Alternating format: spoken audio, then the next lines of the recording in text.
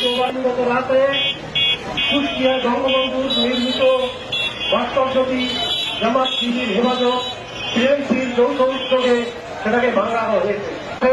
একটা অন্যরকম মর্যাদায় আসিত হবে, কিন্তু মৌলবাদী চক্র পাকিস্তানের পরাজিত যারা দোষাই দেখে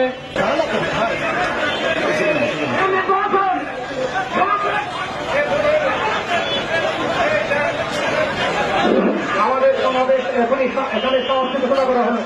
আপনাদের জানিয়ে রাখি যে এই মুহূর্তে কমিশন উপজেলা আওয়ামী লীগের সম্মিলিত সভাপতি তিনি বক্তব্য দানকালে হঠাৎই এই অনুষ্ঠানে অসুস্থ হয়ে পড়েছেন। তাকে এখানে